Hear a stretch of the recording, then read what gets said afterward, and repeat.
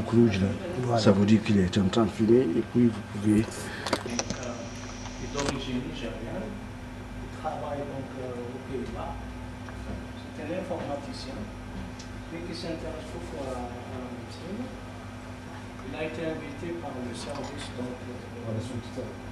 relations extérieures de l'université, donc il a fait quelques conférences aux informaticiens, etc.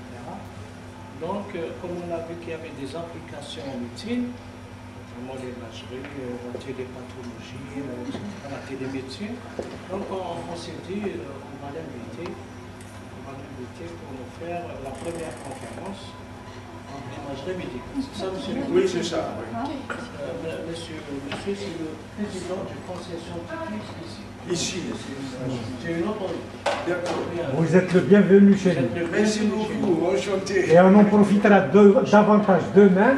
J'ai proposé à monsieur le vice-doyen d'aller à l'université. Il y aura plus d'étudiants, il y aura plus de participants. Ah, d'accord. Donc on va essayer de faire ça pour demain. Très bien. Aujourd'hui, ce sont des Oui, spécialistes médicaux. oui, malheureusement, les gens sont dans les services. Ils ont peut-être des malades à prendre en charge.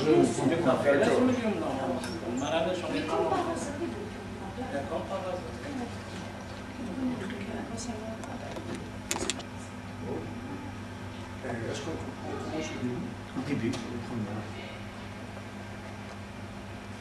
Ah oui, d'accord. Donc, encore une fois, bonjour. Comme on vous avait dit, je m'appelle Michael Adeyinka, Pays-Bas, laboratoire de Biomedical Informatics. Je suis très content d'être ici et c'est la première fois dans ce pays. Je m'en profite de la chaleur déjà et des montagnes aussi. C'est très bien. Je ne vais pas perdre beaucoup de temps parce qu'on est allé manger tout à l'heure. On est obligé de venir le plus vite possible pour pouvoir vous joindre ici dans la salle. L'exposé que je vais faire aujourd'hui, ça porte sur l'imagerie médicale et en particulier en ce qui concerne la microscopie quantitative. Avant de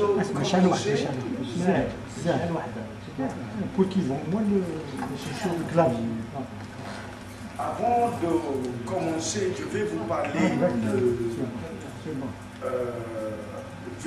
parler des principes physiques utilisés dans les instrumentations médicales.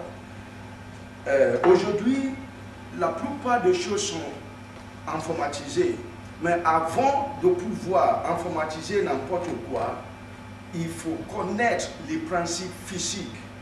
Donc les instrumentations médicales que nous on informatise, il faut savoir quels sont les principes médicaux qu'on utilise, les principes physiques qu'on utilise dans ces instrumentations médicales. Je donne comme exemple le microscope et les instruments que vous utilisez dans la radiologie, dans RMN, résonance magnétique nucléaire, et aussi en cardiologie aussi. Donc, pour pouvoir préciser là-dessous, j'utilise comme exemple le microscope. C'est la lumière qu'on utilise dans les instrumentations microscopiques et le fonctionnement est basé sur la manipulation de la lumière. Et surtout, il s'agit de l'application en question. Quand il s'agit de l'oncologie ou quelque chose comme ça,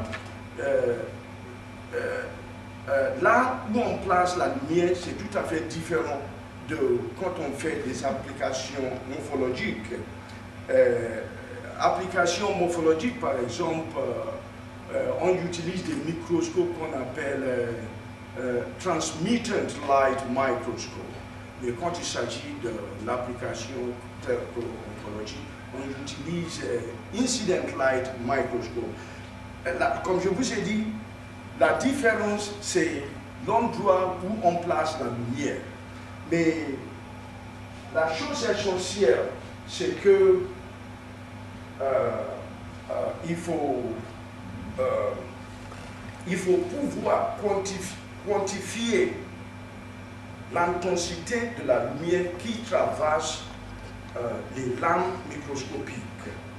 Donc, quand on met la lumière tout en haut, il va falloir faire une collection de la lumière qui traverse la lumière transparente tout en bas. Est-ce que je peux avoir cette base?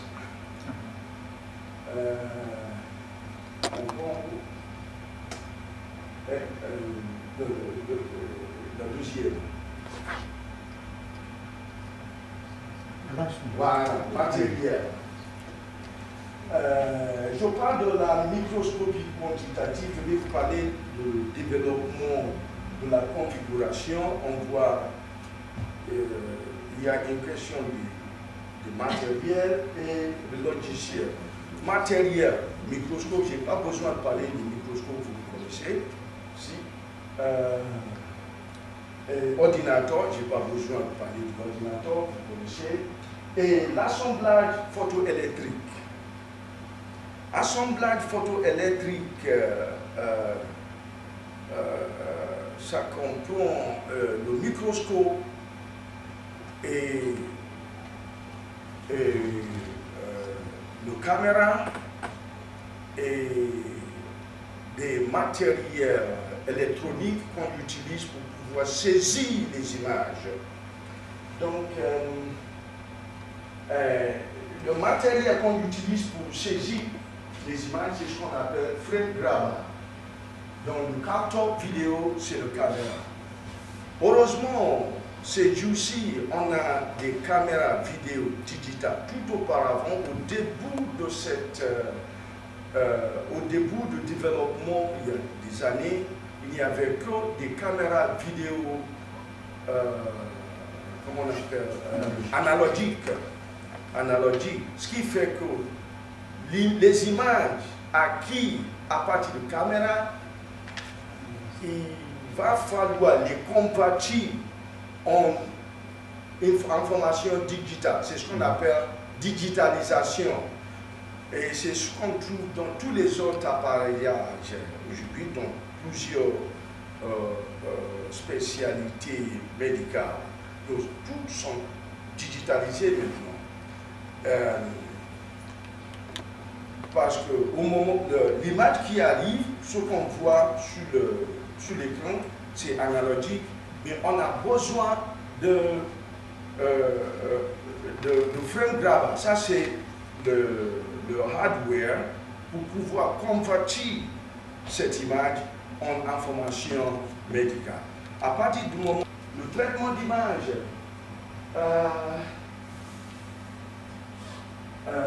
oui, comme je vous ai dit, à partir du moment où cette image est saisie dans la mémoire spéciale, on arrive à faire tout ce qu'on veut. La première chose, c'est qu'on arrive à voir cette image sous l'écran ou bien les écrans de télévision ou bien d'ordinateur. Et qu'est-ce qu'on va faire? On va tout d'abord traiter ces images.